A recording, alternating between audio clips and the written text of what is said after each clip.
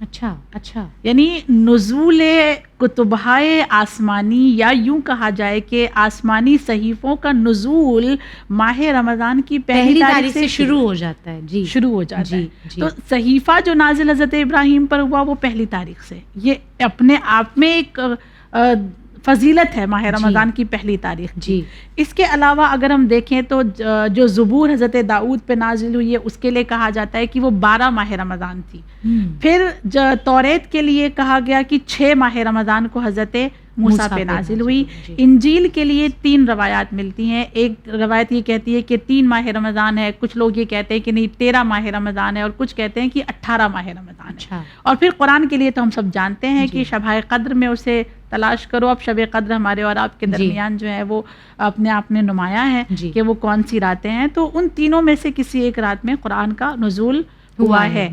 اب ظاہر سی بات ہے کہ جب آسمانی صحیفہ نازل ہو رہا ہے، آسمانی کتابیں نازل ہو رہی ہیں، تو ان کے نزول کا جو دن ہوگا یا ان کے نزول کی جو رات ہوگی وہ بابرکت رات ہوگی. جی، یعنی پہلی رمضان سے ہی جو ہے وہ یوں کہہ لیجئے کہ برکتوں کا سلسلہ شروع ہو جاتا ہے. بے شک بے شک، یعنی اللہ پہلی رمضان سے ہی اپنے احکامات کو نازل کرنے لگتا ہے. ہم جو ہے وہ 19ویں شب قدر کا انتظار نہ کریں اعمال کرنے کے لیے. جی. تو وہ دین جو ہے وہ یا کہہ دیا جائے کہ احکام الہی پہلی رمضان سے ہی نازل ہونا شروع ہو جاتا ہے. لہٰذا کہا گیا کہ جب یہ تاریخیں آتی ہیں، مخصوص تاریخیں، تو ان میں انسان کو غسل کرنا چاہیے، عبادت کرنی چاہیے رات بھر جاگ کر، اور دعاؤں کا جو سلسلہ ہے اسے رد نہیں کرنا چاہیے، جاری رکھنا چاہیے، جبکہ ہم وہ 3 راتوں کو ہی جاگتے ہیں، اور ان راتوں کی کوئی شب داری ہمارے اور آپ کے ہاں وجود میں نہیں ہے.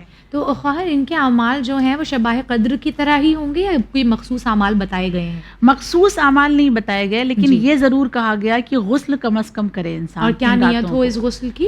بس جو شب ہے رات کی، جیسے 13ویں شب ہے یا 6ٹھی شب ہے، تو اس شب کا تاریخ جی بس اس شب کی نیت کر کے غسل کرنا ہے، اور زیادہ سے زیادہ تلاوت قرآن اور دعائیں پڑھنی ہے. پہلی تاریخ سے ہی خواہر ہم دیکھ رہے ہیں کہ اللہ نے آسمانی صحیفوں کو نازل کرنا شروع کر دیا.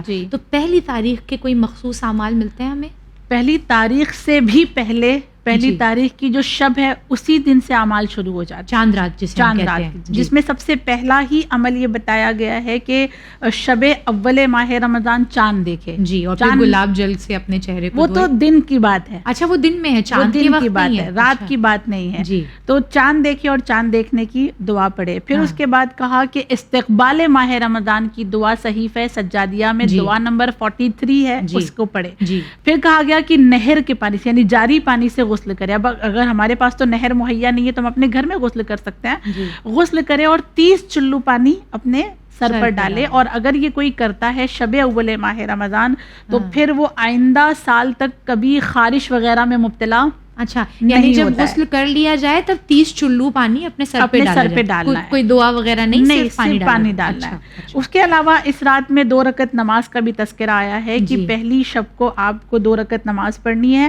ہر رکعت میں سورہ الحمد کے بعد سورہ انعام کی تلاوت کرنی ہے. یہ شب کا فقط اعمال بیان ہوا ہے. یہ سورہ انعام تو کافی طویل سورہ ہے. سورہ انعام طویل سورہ ہے، لیکن تاکید کی گئی ہے کہ اگر دونوں رکعت میں پڑھنی وہی سورہ پڑھا جائے. جی. اچھا، اب اگر ہم آئے پہلی تاریخ پر، تو پہلی تاریخ کے لیے پھر یہ کہا گیا کہ آب جاری سے غسل کریں اور 30 چلو پانی اپنے سر پر ڈالیں. اگر کوئی یہ کرتا ہے تو پھر وہ پورے سال بیماری میں مبتلا نہیں ہوگا اور اسے سرسام وغیرہ نہیں ہوگا، جو جیسے بہت زیادہ کف اینڈ کولڈ جو ہو جاتا ہے وہ انسان کو پورے سال پھر نہیں ہوگا. پھر کہا گیا کہ پہلی تاریخ کو جو ہے 1 چلو گلاب جل لے کر اپنے چہرے پر لگائے. اگر وہ اس طرح سے کرتا ہے تو پورے سال ذلت اور خواری اور غم سے وہ محفوظ رہے گا. پھر وہ گلاب جل اپنے سر پر بھی ڈالے. اچھا، یہ نہیں پتا تھا. تو وہ 1 چلو گلاب کا پانی لے کر اپنے سر پر بھی ڈالے. اگر وہ سر پر بھی ڈالتا ہے تو پھر اس کو جو ہے کسی طرح کی کوئی ذلت اور رسوائی کا سامنا نہیں کرنا پڑے گا. اور اس دن جو بہت زیادہ مستحب کام بتایا گیا ہے وہ ہے صدقہ دینا. پہلی تاریخ کو صدقہ دینا بہت زیادہ تاکید کی گئی ہے کہ صدقہ دیا جائے. اس کے علاوہ پہلی تاریخ کی جو دعائیں مخصوص ہیں وہ آپ مفاتیح میں موجود ہیں, ڈیوائن پال میں بھی موجود ہیں, ان دعاؤں کو یعنی الحمدللہ ہمارے معاشرے میں ماہ رمضان کو لے کر جو ہے وہ کوئی جہل نہیں ہے. لوگ بے شک بالکل جانتے بھی ہیں کہ اس مہینے کی کتنی فضیلت ہے, اور ہم دیکھتے ہیں کہ جو برکات اس مہینے میں ہوتی ہیں, جو ماحول ہمارے گھروں کا الحمدللہ ہوتا ہے. اور جیسے میں نے کہا خیر کہ ہر کوئی جو ہے وہ الحمدللہ ماہ رمضان کی تاریخوں سے واقف ہے کہ کون کون سی تاریخیں جو ہیں وہ اہم ہیں. لیکن پھر بھی میں نے اس پروگرام کو لانے کا میرا مقصد یہ تھا کہ وہ تاریخیں جو بہت مشہور ہیں, جیسے شبہ قدر کے بارے میں ہمیں پتہ ہے کہ ہمیں ان میں اعمال کرنا ہے, اگر ہم مشہور تاریخوں کے علاوہ بات کریں, کیا اور کوئی ایسے مخصوص دن ہیں ماہ رمضان میں جس دن کوئی خاص عمل کرنے کی یا کوئی خاص ذکر کرنے کی تاکید کی گئی ہے؟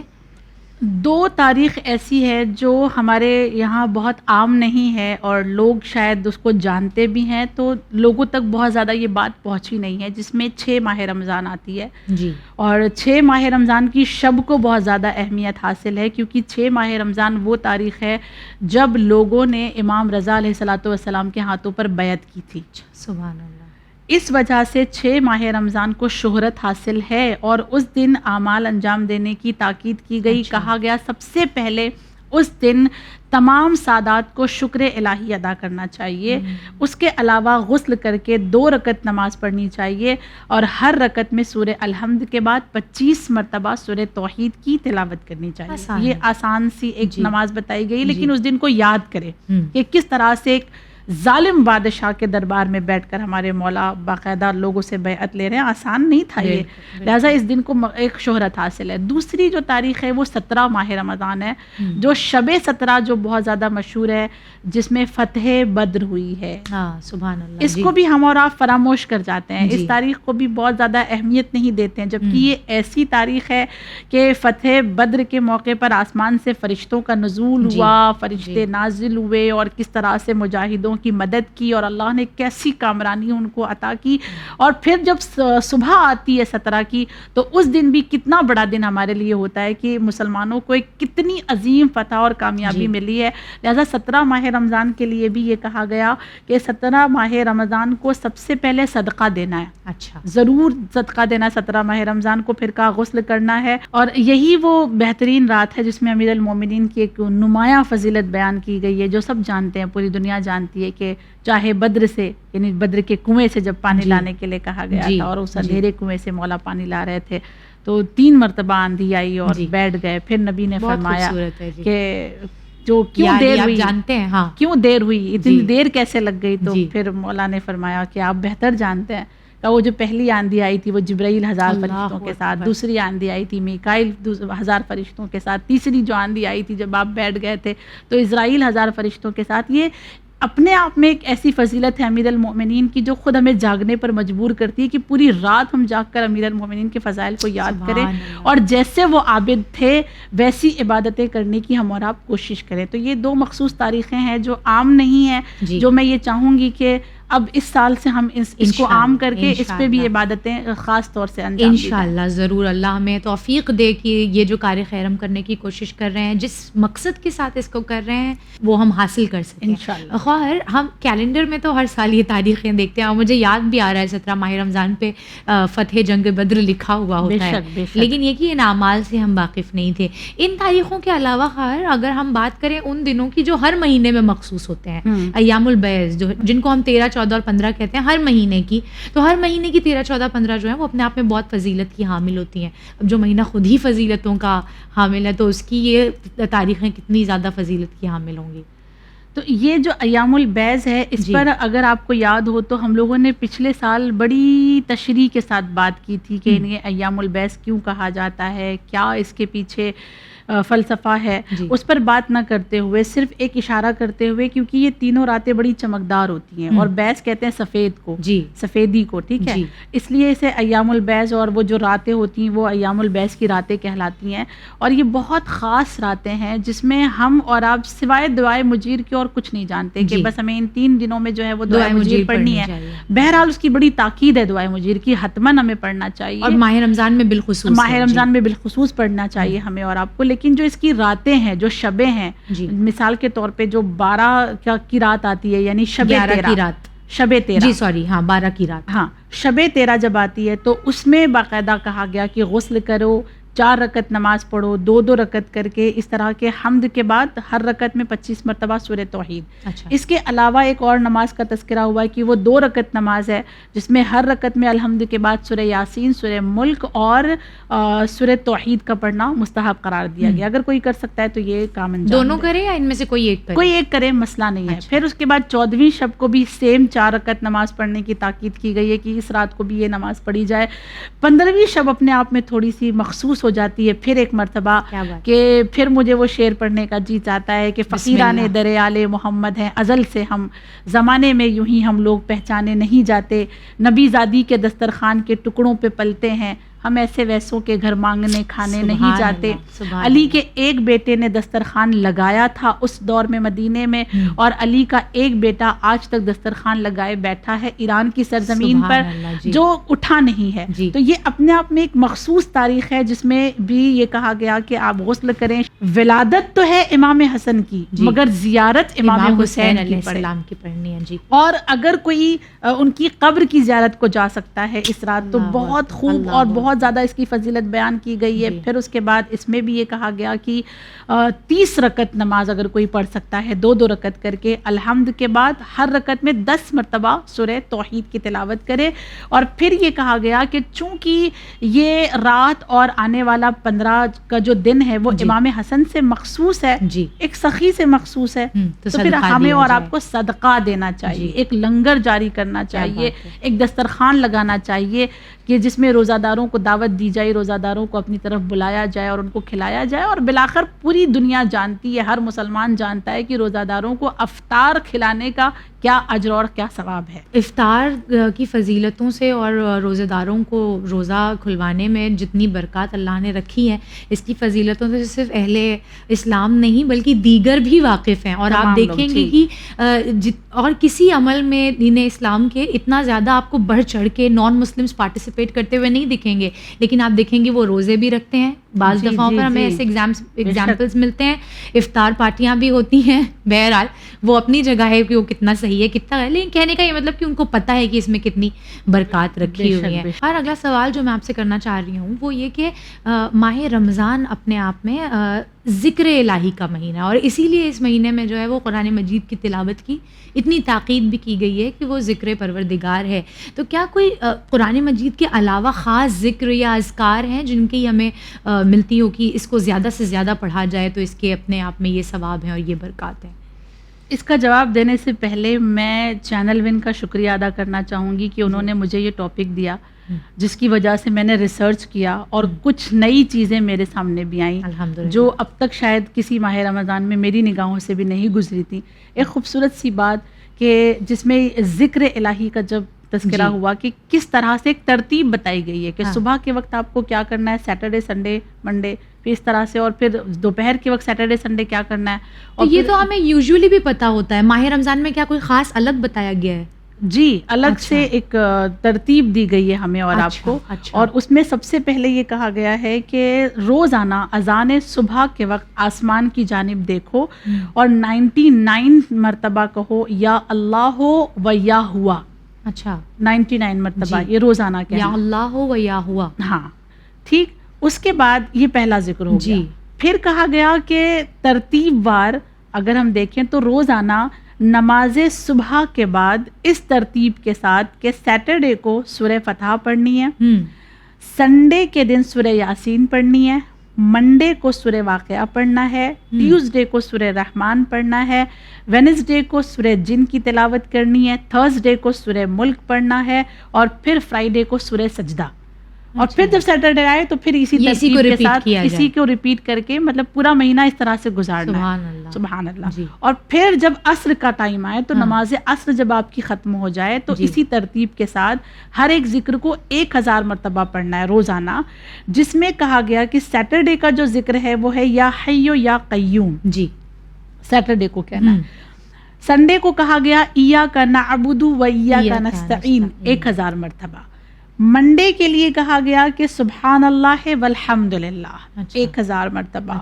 پھر کہا گیا کہ اگر آپ کو ٹیوزڈے کو پڑھنا ہے تو کہا یا اللہ یا رحمان پڑھو. اس کے بعد وینسڈے کا جب دن آئے تو 1000 مرتبہ عصر کے بعد حسبی اللہ و نعم الوکیل پڑھو. تھرسڈے کے دن 1000 مرتبہ عصر کے بعد یا غفورو یا رحیم کہو. فرائیڈے کے دن عصر کے بعد 1000 مرتبہ یا ذل جلال والاکرام کا ورد کرو. یہ ذکر، یہ اذکار جو ہے مخصوص ماہ رمضان کے لیے ہے. یعنی اگر پہلی تاریخ جو ہے وہ بیچ میں سے کسی بھی دن، فار ایگزامپل ٹیوزڈے کو پڑھ رہی ہے تو ذکر ٹیوزڈے سے شروع کریں گے. اور پھر اسی طریقے سے یہ چلتا رہے گا آخری 30ویں دن تک. آخر جو دن بھی آپ کا ختم ہو رہا ہے اس دن کے ذکر سے آپ کا یہ مہینہ ختم. اچھا، اور اگر خواتین کے وہ ایام اس درمیان آ جائیں تو بھی یہ ذکر کیے جا سکتے ہیں. ذکر میں کوئی حرج نہیں ہے. خواتین کے جو مخصوص ایام ہوتے ہیں اس میں صرف آپ وہ عبادت نہیں انجام دے سکتی ہیں جس میں طہارت شرط ہے. اچھا ٹھیک، طہارت اس میں شرط نہیں ہے ذکر الہی میں، لہٰذا آپ کر سکتی ہیں. اس کے علاوہ ایک چیز یہ کہی گئی ہے، بہت تاکید کی گئی کہ دعائے ابو حمزہ صومالی کو جو ہے 30 ٹکڑوں میں تقسیم کرو. کتنا آسان کر دیا. بالکل، ہم یہ سمجھتے ہیں اتنی بڑی دعا ہے، اس کو کیسے پڑھا جائے. اس کو 30 ٹکڑوں میں تقسیم کرنے کے بعد روزانہ کا جو آپ نے ایک حصہ مخصوص کیا ہے اس حصے کو پڑھنے کے بعد اس کا ترجمہ اور اس کی تشریح پڑھو، تاکہ تم ایک ماہ رمضان میں کم سے کم پوری دعائے ابو حمزہ صومالی کو آبزرو کر سکو اور اس کے میسج کو تم سمجھ سکو. تیسرا، اب چونکہ صبح کی نماز کی بات ہو گئی، عصر کی نماز کی بات ہو گئی، تو ظاہر سی بات ہے مغرب کی بات بھی ہوگی. لہٰذا روزانہ یہ کہا گیا کہ اگر کوئی انسان، اس میں بہت آسان طریقہ بتایا گیا کہ روزانہ نماز عشاء کے بعد 2 رکعت نماز پڑھنی ہے حاجت کی نیت سے. اور 2 رکعت نماز پڑھنے کا طریقہ یہ ہے کہ پہلی رکعت میں سورہ حمد کے بعد سورہ شمس کی تلاوت کرے، دوسری رکعت میں سورہ حمد کے بعد سورہ قدر کی تلاوت کرے، اور رکوع اور سجدے کا جو ذکر ہے وہ 7 مرتبہ پڑھے. اچھا، جو مستحب ہے. جب نماز کے بعد سلام آپ کا ختم ہو جائے تو اس کے بعد 14 مرتبہ آپ کو کہنا ہے لا الہ الا انت سبحانک انی کنت من الظالمین، اور پھر 14 مرتبہ صلوات پڑھنی ہے. بہت آسان ہے. یہ روزانہ کچھ بھی آپ کو نہ فون میں دیکھنا ہے، نہ یہ تو یاد ہونے والی چیزیں ہیں. تو یہ روزانہ آپ کو نماز عشاء کے بعد نماز حاجت کے طور پہ پڑھنی ہے. جو پروردگار عالم سے آپ مانگ رہی ہیں وہ اس نماز کے طفیل آپ کو ضرور عطا ہو. تو یہ نماز غفیلہ جو بڑی آسان سی نماز ہے 2 رکعت کی، مغرب عشاء کے درمیان پڑھنی ہے، اس کے کیا فوائد ہیں؟ نماز غفیلہ کی جو آپ بات کر رہی ہیں یہ فقط ماہ رمضان کے لیے تاکید نہیں ہے. یہ پورے سال کی تاکید ہے کہ آپ اسے پڑھیں. اور جو نماز غفیلہ کی عادت ڈال دیتا ہے اور جو نماز غفیلہ کو پھر مسلسل پڑھتا ہے، اپنے آپ سے کبھی رہا نہیں کرتا، وہ کبھی کسی انسان کا محتاج نہیں ہوتا، اس کے پاس کبھی غربت نہیں آتی، اسے کبھی کسی سے مانگنا نہیں پڑتا. اللہ اس کے رزق کو اتنا فراوان کرتا ہے کہ وہ لوگوں کو بانٹتا ہے، کسی سے مانگتا نہیں. ہر کسی سے جو ہے وہ دعا تعویذ پوچھا کرتے ہیں، رزق میں برکت. اتنا یہ آسان سا ماہ رمضان ایک بہترین اپارچونٹی، ایک بہترین موقع ہے. کیا کوئی مخصوص وقت بتایا گیا؟ جیسے بہت مشہور ہے کہ روزے دار جب روزہ کھولنے بیٹھتا ہے تو اس کی دعا قبول ہوتی ہے. اس کے علاوہ بھی کیا کوئی مخصوص وقت ہمیں تعلیم کیا گیا ہے جس وقت ہماری دعائیں قبول ہوتی ہیں، مستجاب ہوتی ہیں؟ آسان سا جواب دے دیں. بالکل، اور بہت خوبصورت سا دلچسپ سا جواب ہے. جب نبی سے سیم سوال کسی نے پوچھا تھا، یہ نبی سے پوچھا گیا سوال ہے، تو نبی نے مسکرا کے فرمایا کہ تمہارے گھر جب کوئی مہمان آتا ہے تو اس کو کوئی چیز مانگنے کے لیے تم وقت معین کرتے ہو؟ بہت اچھا ہے. کیا بات ہے. مہمان ہے تو اس کے لیے مخصوص وقت ہے کہ اس ٹائم پہ یہ ہم سے یہ چیز مانگ سکتا ہے، ادروائز نہیں مانگ سکتا ہے. ایسا ہوتا ہے؟ نہیں ہو سکتا ہے. ماہ رمضان میں ہم اللہ کے مہمان ہیں. ہم جس وقت جو مانگیں گے وہ ہمیں عطا کرے گا، کیونکہ ہم ضیافت الہی کے مہینے میں جی رہے ہیں. لہٰذا کوئی ایسا مخصوص وقت نہیں ہے کہ اس وقت مانگو اور اس وقت نہیں مانگو. آپ جس وقت مانگیں گی آپ کو وہ دے گا، کیونکہ وہ آپ کا میزبان ہے، آپ اس کی مہمان ہیں. لیکن اس کے باوجود نبی کریم نے یہ فرمایا پھر بھی تم نے پوچھا ہے تو میں تمہیں بتا دوں کہ پروردگار یہ چاہتا ہے کہ میرا بندہ جب پورے دن کی بھوک اور پیاس کو ختم کرنے کے لیے بیٹھے اور افطار کے لیے خرما اٹھائے تو اس سے پہلے نبی نے ایک چھوٹی سی دعا تعلیم فرمائی کہ اس دعا کو پڑھ کر اگر وہ کچھ مانگتا ہے تو خدا اس کو اس دسترخوان پہ اٹھنے سے پہلے وہ چیز عطا کر دیتا ہے. تو خیر وہ دعا اگر آپ بتائیں کون سی ہے؟ نبی نے فرمایا کہ کیونکہ تم نے پوچھا ہے تو میں یہ بتا دوں کہ جب ایک روزہ دار پورے دن کی بھوک اور پیاس کے بعد افطار کے لیے بیٹھتا ہے تو اس وقت جب وہ افطار سے پہلے اللہ سے کچھ مانگتا ہے تو خدا اس کے دسترخوان سے اٹھنے سے پہلے اسے وہ چیز عطا کر دیتا ہے. یعنی دعا مانگنے کا سلیقہ یہ ہے ماہ رمضان میں کہ روزہ کھولنے سے پہلے دعا مانگی جائے، بے شک، نہ کہ افطار کرنے کے بعد. افطار کرنے کے بعد نہیں، روزہ کھولنے سے پہلے. اسی وجہ سے علماء تاکید کرتے ہیں کہ جب اجتماعی طور پر اپنے گھر والوں کے ساتھ یا کسی مجلس میں بیٹھو اور افطار کرنے کے لیے تم آمادہ ہو جاؤ تو پہلی دعا خدارا ظہور امام زمان کی کرو اور ظہور کی دعا کرنے کے بعد پھر اپنے افطار کا آغاز کرو. بہت شکریہ خواہر آپ کا. اللہ ہم سب کو توفیق دے کہ انشاءاللہ جو کچھ آپ نے بتایا اس میں سب کچھ نہ بھی صحیح تو زیادہ سے زیادہ جتنا کچھ کر، بہرحال دعا تو اللہ سے سب کچھ کی مانگنی چاہیے، وہ توفیق دے دے، لیکن یہ کہ کم از کم کسی ایک عمل پر بھی اگر کسی نے عمل کر لیا تو ہمارے آپ کے لیے کافی ہے. بہت بہت شکریہ خواہر آپ کا. ناظرین گرامی، یہ ہمارا آخری ایپیسوڈ تھا ماہ نجات کے اعتبار سے، جس میں آخری وہ مہینہ جسے اللہ نے امت کا مہینہ قرار دیا، ہمارا اور آپ کا مہینہ قرار دیا. کتنا بہترین ہے وہ پروردگار جو ہمارے اور آپ کے لیے مہینوں کے سردار کو انتخاب کرتا ہے، منتخب کرتا ہے، اور پھر اس مہینے میں ہمارے لیے تحفوں کو، مغفرت کو، اپنی رحمت کو، ہر چیز کو اس طریقے سے ہمارے لیے ایک دسترخوان کے طور پر بچھا دیتا ہے کہ یقیناً امام علی مقام ارشاد فرماتے ہیں کہ وہ شخص جس نے ماہ رمضان میں مغفرت نہیں حاصل کی وہ کس مہینے کے انتظار میں ہے. جو شخص ماہ رمضان میں اپنے گناہوں سے پاک نہیں ہو پایا وہ پھر کس مہینے کے انتظار میں ہے. اللہ ہم سبھی کو توفیق دے کہ انشاءاللہ اس ماہ رمضان کے بعد ہم سبھی اپنے اوپر سے گناہوں کے تمام بوجھ کو اتار لیں اور پھر اپنی زندگی کو سرے نو شروع کر سکیں. انشاءاللہ دوبارہ حاضر خدمت ہوں گے کوئی اور موضوع لے کر. بنے رہیے چینل ون کے ساتھ. اس پاک اور مقدس مہینے میں ہمیں بھی اپنی دعاؤں میں یاد رکھیے. فی امان اللہ.